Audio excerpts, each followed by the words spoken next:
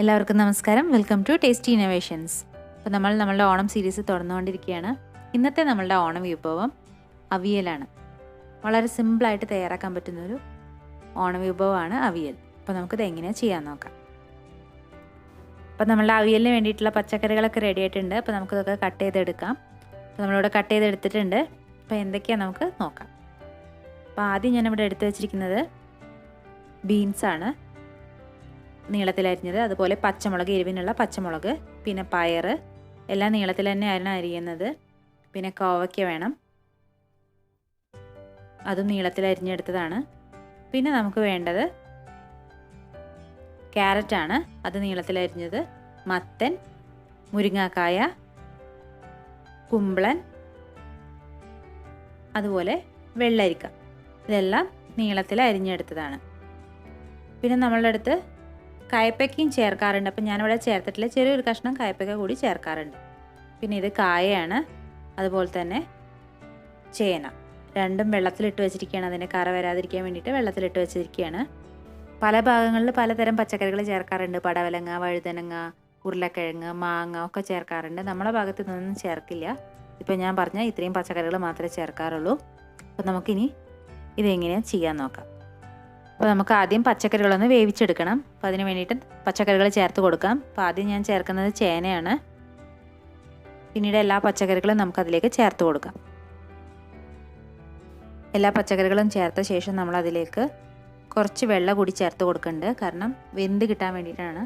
അപ്പോൾ വളരെ കുറച്ച് മതി, ഒരു 1/4 കപ്പ് വെള്ളം ഒഴിച്ചു കൊടുത്താൽ മതി.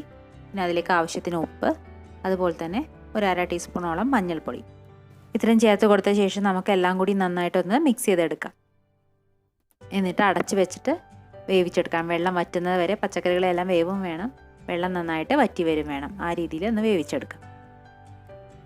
ആ സമയം കൊണ്ട് നമുക്ക് അവിയലിലേക്കുള്ള അരപ്പ് റെഡിയാക്കാം. അപ്പോൾ അതിന് വേണ്ടിയിട്ട് 1 കപ്പ് തേങ്ങ എടുത്ത് വെച്ചിട്ടുണ്ട്. ഇത് നമ്മൾ മിക്സിയിൽ ഇട്ട് നന്നായിട്ടൊന്ന് ചതച്ചെടുക്കണം. അരയ്ക്കേണ്ട ആവശ്യമില്ല, ചതച്ചെടുത്താൽ മതി. സാധാരണ പലരും ജീരകമൊക്കെ ചേർക്കാറുണ്ട്. അപ്പോൾ നമ്മളുടെ ഭാഗത്ത് അതൊന്നും ചേർക്കാറില്ല, വെറും തേങ്ങ മാത്രമാണ് ചേർക്കാറ്. അപ്പോൾ അത് അരച്ച് വെച്ചിട്ടുണ്ട്. അതുപോലെ തന്നെ നമുക്ക് ഒരു 1/2 കപ്പ് നല്ല കട്ട തൈര് കൂടി ആവശ്യമുണ്ട്. അത് രണ്ടും നമുക്ക് എടുത്ത് വയ്ക്കാം. പച്ചക്കറി നന്നായിട്ട് വെന്ത് വന്നിട്ടുണ്ട്, വെള്ളമൊക്കെ നന്നായിട്ട് വറ്റി വന്നു.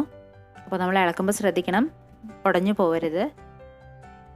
നന്നായിട്ടൊന്ന് മിക്സ് ചെയ്ത് കൊടുത്ത ശേഷം നമ്മളതിലേക്ക് നമ്മൾ നേരത്തെ എടുത്ത് വെച്ചിരിക്കുന്ന തൈര്, 1/2 കപ്പ് കട്ട തൈരാണ്, അത്യാവശ്യം പുളിയുള്ള തൈര് വേണം, അത് നമുക്ക് ഒഴിച്ചു കൊടുക്കാം.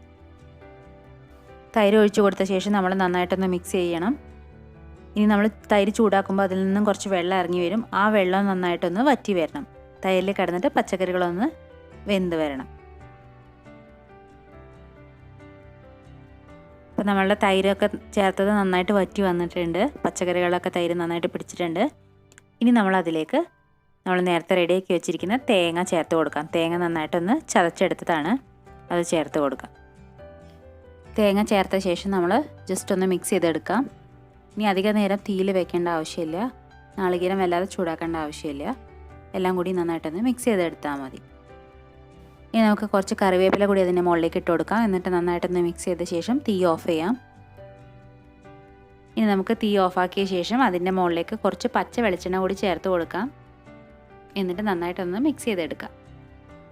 അപ്പോൾ അങ്ങനെ നമ്മളുടെ അവിയൽ റെഡി ആയിട്ടുണ്ട്. അപ്പോൾ ഇത്രയും വളരെ സിമ്പിളാണ് അവിയൽ ഉണ്ടാക്കാൻ. അപ്പോൾ എന്തായാലും എല്ലാവരും ഉണ്ടാക്കി നോക്കുക, എന്നിട്ട് നിങ്ങളുടെ അഭിപ്രായം അറിയിക്കുക. നമുക്ക് അടുത്ത ഓണം വിഭവമായിട്ട് അടുത്ത ദിവസം കാണാം. അതിൻ്റെ മുന്നേ ചാനൽ സബ്സ്ക്രൈബ് ചെയ്യാൻ മറക്കരുത്. ലൈക്ക് ചെയ്യുക, ഷെയർ ചെയ്യുക. നമുക്ക് വീണ്ടും കാണാം. താങ്ക്